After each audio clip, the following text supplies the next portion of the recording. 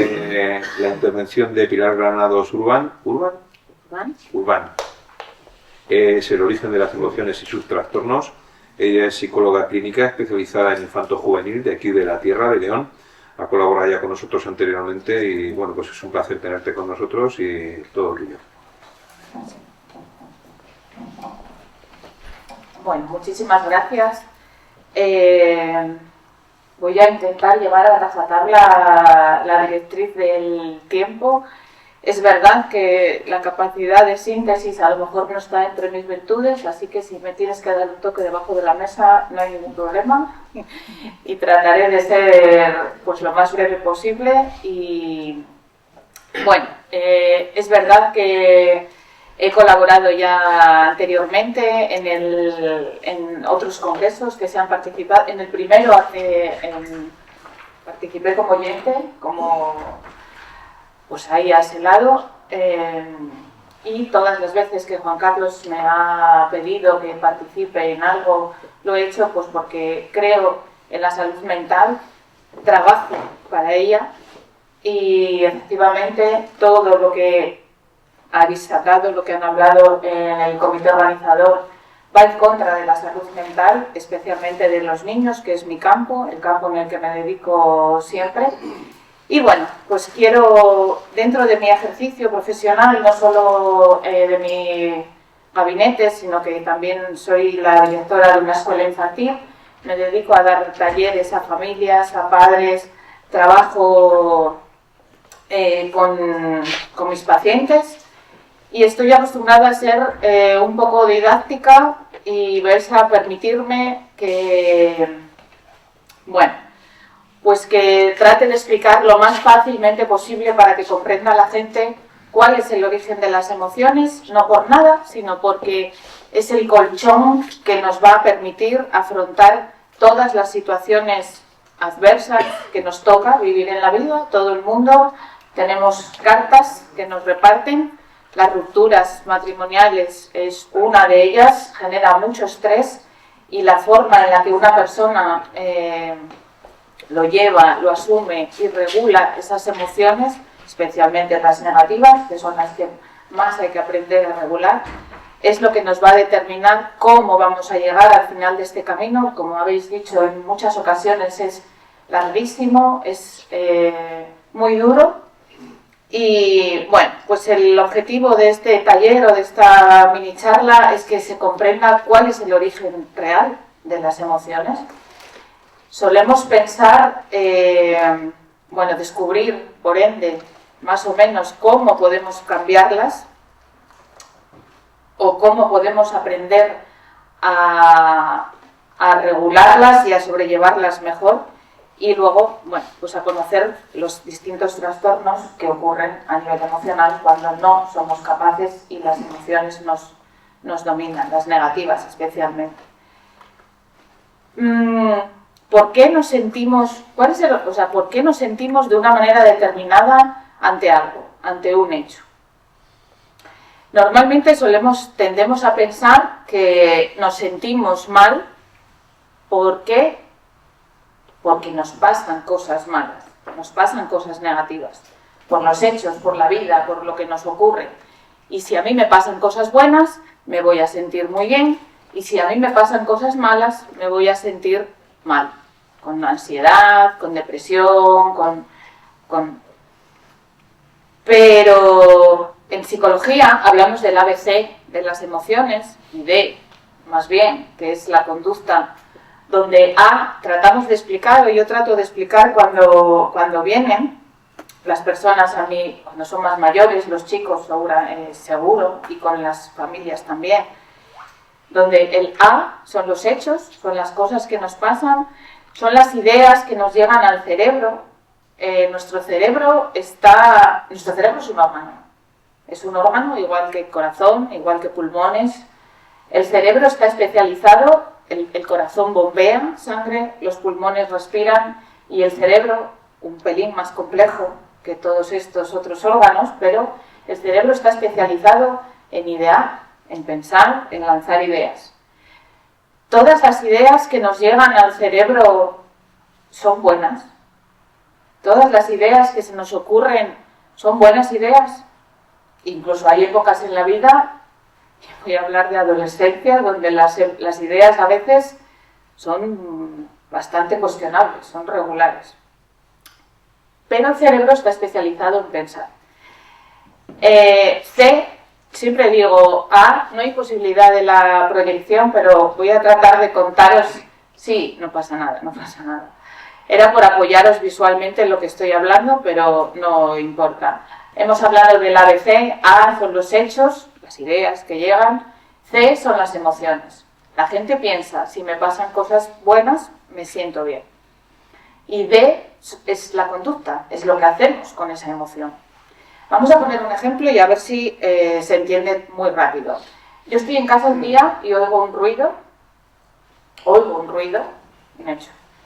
No sé lo que es, pero yo interpreto que es alguien que está intentando entrar en mi casa, está intentando forzar mi casa. Ante ese pensamiento, ante esa interpretación, ¿cuál es la emoción que voy a desarrollar? Pues de miedo, de ansiedad, y de la conducta que yo voy a desarrollar en base a esa emoción es de protección, bueno, depende de lo audaz que sea, o de defensa, o de lo que sea. Vale, borramos esa imagen y ahora vamos a escuchar el mismo ruido, mismo A, pero yo creo que es una ventana que se ha quedado abierta de mi casa y está haciendo ruido. Yo no voy a llamar a la policía, yo no voy a esconderme, no voy a sentirme mal, no voy a tener ansiedad. ¿Y qué ha cambiado? ¿Ha cambiado A? ¿Ha cambiado el ruido? No, el hecho es el mismo. ¿Por qué dos personas que viven la misma situación sienten de una manera distinta? Porque hay algo que modula las emociones y que es el origen real de las emociones. No son las cosas que nos pasan, no son los problemas que tenemos y que vamos acumulando.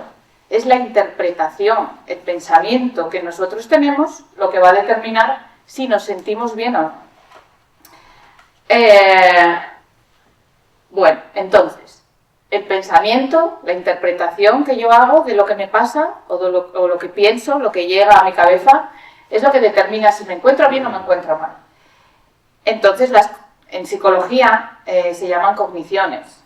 No quiero hablar de manera muy técnica porque no todo el mundo es de mi campo y siempre digo pensamientos, los pensamientos o las interpretaciones. Pero, ¿por qué interpreto así las cosas? Todo el mundo lo interpretamos de la misma manera. Una vivencia, ¿nos ha pasado muchas veces que la misma situación vivida en grupo, a la hora de hablar sobre ella, se perciben cosas distintas? Se dice, oye, ¿te das cuenta? Me miró mal. Y otro dirá, pues yo no vi que te mirara mal. Yo no lo creo. ¿Por qué? Porque cada uno va percibiendo y va interpretando y va haciendo inferencias de la información y de todo lo que nos rodea para pensar si eso está bien o está mal. Si es positivo o es negativo. Entonces, ¿cómo determino todo esto?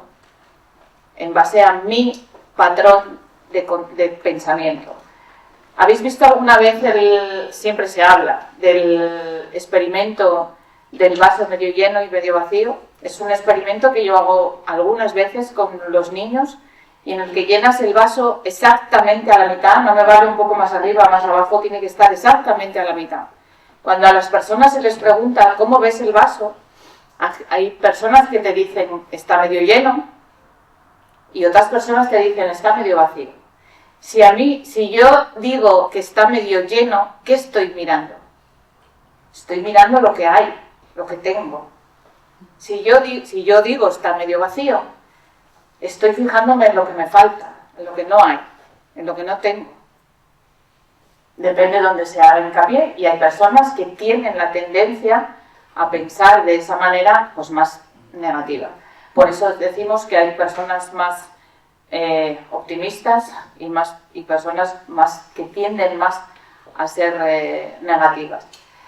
Y el origen de las emociones está ahí. Una persona que tiene tiende a tener interpretaciones más negativas, tiende a sufrir más en la vida y a tener emociones negativas con mayor frecuencia. Pero ocurre también que, claro, como el origen de la emoción, de cómo me siento, está en el pensamiento, y el pensamiento no es infalible. ¿Cuál es la realidad? Tendemos a pensar que lo que pensamos, lo que nos llega a la interpretación que hacemos es lo real, es lo que es la realidad. Y hay tantas realidades como mentes, como personas. Luego, el pensamiento comete errores. El cerebro está cometiendo errores de pensamiento, igual que el corazón tiene sus taquicardias, y el cerebro hace igual. Tendemos a tener errores de pensamiento. Cuando una persona está en un momento de su vida complejo, complicado, atraviesa una crisis, está con problemas, tiende además a cometer más errores de pensamiento que van a modular sus emociones. ¿Qué errores de pensamiento son los más frecuentes?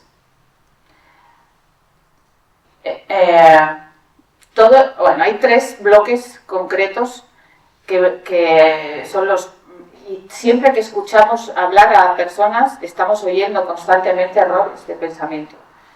Todo es malísimo, esto no puedo soportarlo, debería ser una buena madre, debería ser un buen padre, no puedo permitir que mis hijos sufran, no puedo... hay muchísimos errores que hacen que nos sintamos muy mal cuando la realidad choca con esas ideas que tenemos. Se llaman creencias nucleares. Nosotros tenemos creencias de todos los ámbitos, sobre nosotros mismos, sobre quiénes somos, si somos buenos en algo, si somos malos, si algo se nos da bien, sobre los demás, cómo deben ser las relaciones con los demás. Mi pareja tiene que apoyarme en todo, siempre, puede ser una creencia. Los demás siempre te van a traicionar, puede ser otra creencia, porque tenga la persona. Sobre el mundo es peligroso, el mundo... Bueno, no digo cosas puntuales que nos ocurre a todos en pensar que a veces la vida pues no es muy agradable por cosas puntuales. Hablo de una creencia innata que tenemos todos y así vamos juzgando las cosas que nos pasan. Si alguien nos traiciona y nuestra creencia nuclear sobre las relaciones es que nos van a dar la patada a la primera de cambio, mi pensamiento ya dirá, ¿ves? Es que yo ya lo sabía y esto es así y me siento mal. Hay otra sobregeneralización de deberías, de cambiar los... ¿Es positivo ser puntual? ¿Es positivo ser puntual? Sí, es positivo ser puntual. Cuando tenemos esa creencia de debería ser puntual y por circunstancias de la vida no se puede, en un momento determinado la persona sufre mucho, porque tiene ese debería ahí. Y luego hay uno que yo trabajo muchísimo en consulta, que es el razonamiento circular. Cuando nos ocurre algo, cuando estamos en una situación de crisis fuerte, o a nivel anímico estamos mal, tendemos a ese diálogo interno que tenemos constantemente y que regula nuestra conducta. Yo no puedo mover este boli si mi cerebro no está dando la orden de que se mueva. Lo que pasa es que es automático, gracias a Dios, porque si no sería terrible la asistencia. Pero tenemos mucho diálogo interno que nos va regulando constantemente todo el día entero. Normalmente no somos conscientes de ese diálogo interno. Sí que somos conscientes cuando nos enfrentamos a algo muy difícil. Y por seguir la temática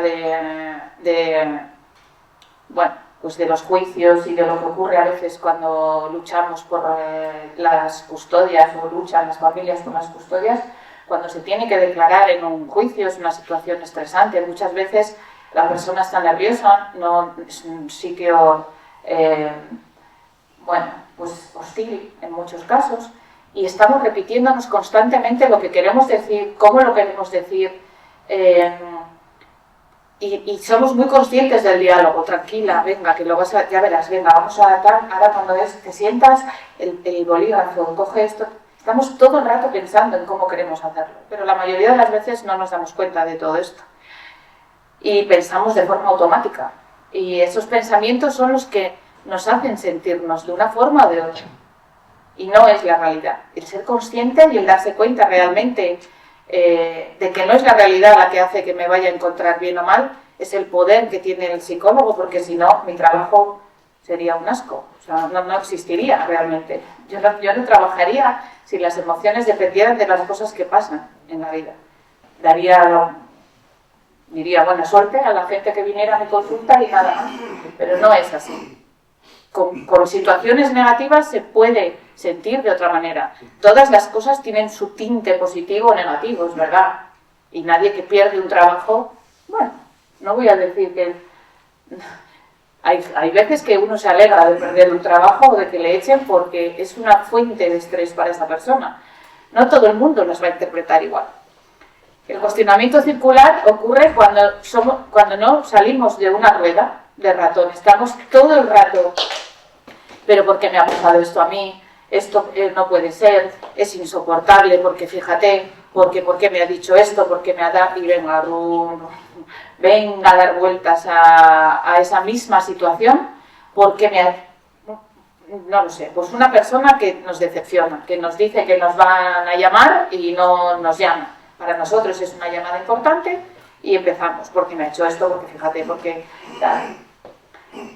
Cuando las personas entramos en este círculo, realmente no tenemos intención de contestarnos. Es un razonamiento circular, pero sin intención de contestarnos. Solo queremos dar vueltas a eso, y dar y vuelta y vuelta. Y va a hacer que nos sintamos mal. Cuando nos sentimos mal, más errores de pensamiento cometemos, con lo cual peor. En frenar, la gente me dice, es que yo no puedo dejar de darle vueltas a este problema. ¿Cómo hago? ¿Qué hago si no puedo? Hay técnicas que se utilizan de parada de pensamiento. Hay técnicas de relajación que pueden ayudar, pero lo más efectivo es usar tu mente en algo más potente todavía que ese razonamiento circular. Voy a haceros solo un ejemplo porque en este tiempo que tengo tan chiquitín no puedo entrar en más técnicas o en cómo gestionar estas emociones, pero voy a dar un ejemplo de que sí se puede parar el pensamiento, de que sí es posible dejar esa rueda, esa vuelta y darle vueltas a las cosas. Voy a proponeros que desde 1000 vayáis de 3 en 3 hacia atrás. Contar de 3 en 3 es de 1000. 1999, 990 ¿De 3 en 3? 3 en 3. De 3 en 3. Entonces será 997. 997, 994, 991. Ahí al siguiente ya es peor. 988.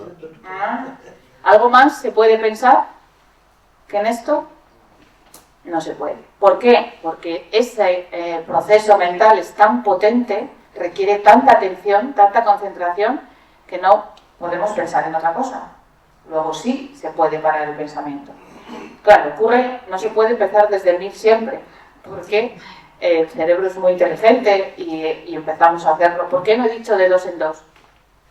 Porque eso se puede hacer con los ojos cerrados. Y puede seguir pensando en otra cosa. El cerebro es muy potente en ese sentido. Fijaros la potencia que tiene los pensamientos, en cómo nos sentimos, que se están haciendo muchísimas investigaciones y ya se sabe, a nivel científico, hablaba antes Arantxa y lo ponía de relieve y es así, y a nivel científico se está viendo cuál es el efecto real de las emociones en enfermedades. Y que las emociones son capaces por sí solas de provocar enfermedades funcionales, sí, pues problemas digestivos, problemas de migrañas, problemas de corazón, problemas funcionales. No tienen nada en realidad si no funcionan mal. Las somatizaciones es un problema emocional, de gestión emocional. Entonces, es básico aprender que el ABC, tener el ABC presente en las emociones y en la vida es básico para aprender a gestionarlas. Quiere decir que si yo entiendo que mi interpretación o mi pensamiento es lo que me va a decir cómo estoy o no, no es garantía, se puede entender. La clave está en intentar cambiarlo y no dejarnos llevar por el hilo de pensamiento que ocurre en nuestra mente. ¿Os imagináis bajar? ¿Alguien ha hecho rafting o alguien ha hecho descenso de ríos? Vamos, sí. También rafting, sí. En una barca, en un Neumática. río, práctica, sí. ¿Cómo se baja cuando llevas las palas así hacia arriba en la barca? Se baja, pues, para donde te lleva el río vas. Y si hay un pedrusco de este tamaño, pues, y va la barca para allá vas. Y le estarás dando tumbos, los tumbos que te quiera dar el río. Y el río es la vida, al final. Y la barca somos nosotros donde vamos. Y los remos son las herramientas que los profesionales de la psicología podemos dar a las personas para gestionar. ¿Quiere decir que con los remos no te vas a meter el cañonazo con la piedra? Hombre, voy a remar todo lo que pueda para ver si la esquivo, pero me voy a dar. Seguramente me voy a dar, claro que me voy a dar. Porque en el río, y depende del rápido que sea, es que hay veces que el río se pone... Cuidado. Pero mi trabajo está en ayudar a las personas a aprender a manejar esas emociones y esos pensamientos en su beneficio. Porque el cerebro funciona muchas veces en nuestro perjuicio. Tal cual. Tenemos un cerebro pues que va... el de todos, el de todo el mundo. Bueno, es que se generan... Lo más potente que existe son sorderas psicógenas y cegueras psicógenas, de origen psicógeno, o sea que hasta ahí es el poder que tienen. ¿Cómo cambio el chip cuando me encuentro mal? ¿Cómo cambio ese pensamiento? ¿Cómo cambio esas emociones cuando me dañan? Pues en primer lugar, no tomar mis pensamientos automáticos, mi diálogo interno como verdadero.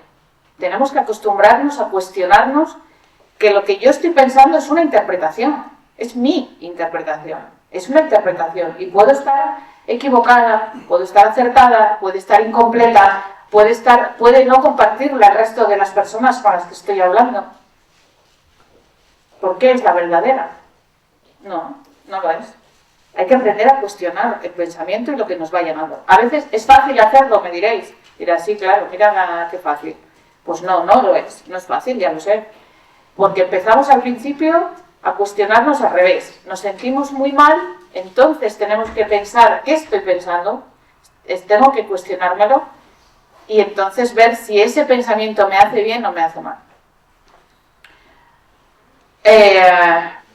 ¿Cuáles son? Y cuando no somos capaces, cuando nos lleva el río y estamos en una situación muy compleja, que las hay, pues a veces llega un momento en que no tenemos ningún tipo de control o sensación de control de esas emociones y se generan los trastornos emocionales.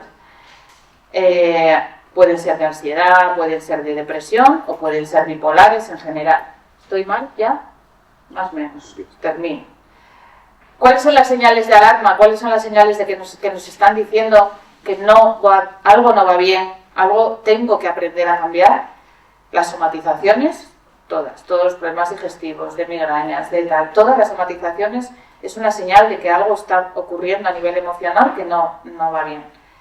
Síntomas depresivos recurrentes, tristeza, irritabilidad, el llanto, ansiedad, nervios, preocupaciones, todo, no puntuales, me refiero a cuando tenemos la sensación de que copan nuestra vida.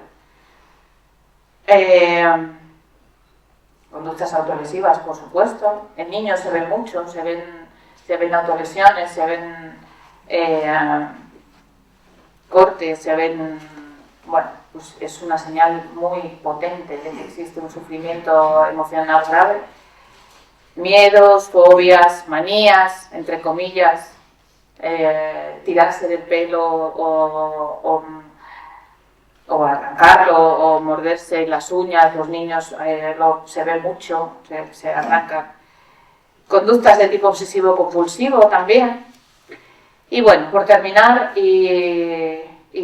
bueno, sin que tenga yo la esperanza de que haya servido mucho realmente para la vida, pero sí poniendo el interés o por lo menos la duda de que puedo realmente sentirme mejor cada día, sentirme bien, si soy capaz de controlar lo que pienso y conocerme a mí mismo y saber que si yo tiendo a pensar en negativo, si soy una persona pesimista, todos mis pensamientos van a ir en ese hilo y hay que aprender a controlar eso.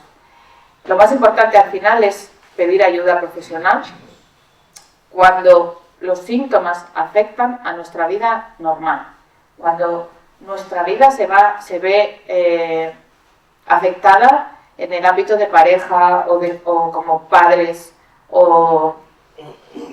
y entonces es cuando se debe pedir ayuda, y los profesionales que nos dedicamos a esto estamos para ayudar a las personas.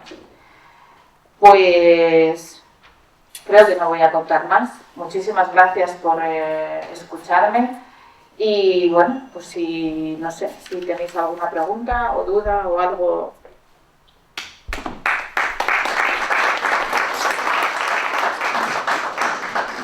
Muchísimas gracias, Pilar. Interesantísima tu intervención. Tenemos unos minutos por si alguien quiere efectivamente compartir o reflexionar o preguntar. Sí, una pregunta muy simple. ¿Cómo afecta el daño que se hace a la seguridad de un niño? ¿Cómo le afecta? Un niño de 5 o 10 años. Mirad, estas creencias que yo os decía antes, que forman parte de la persona, se van